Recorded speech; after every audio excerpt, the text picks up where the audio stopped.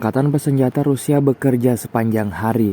Siang dan malam serangan terus diluncurkan ke tempat bernaung tentara Ukraina. Terbaru, sebuah video di media sosial Telegram ramai dibicarakan warganet pada Sabtu 2 Maret 2024. Dalam video tersebut memperlihatkan detik-detik peluncuran rudal ke posisi pertahanan anggota militer Zelensky. Matahari yang sudah terbenam tak menjadi penghalang bagi militer Rusia untuk menjalankan misi. Rentetan rudal diluncurkan membasmi habis posisi tentara Ukraina. Kerugian-kerugian total diterima angkatan bersenjata Ukraina di arah ini.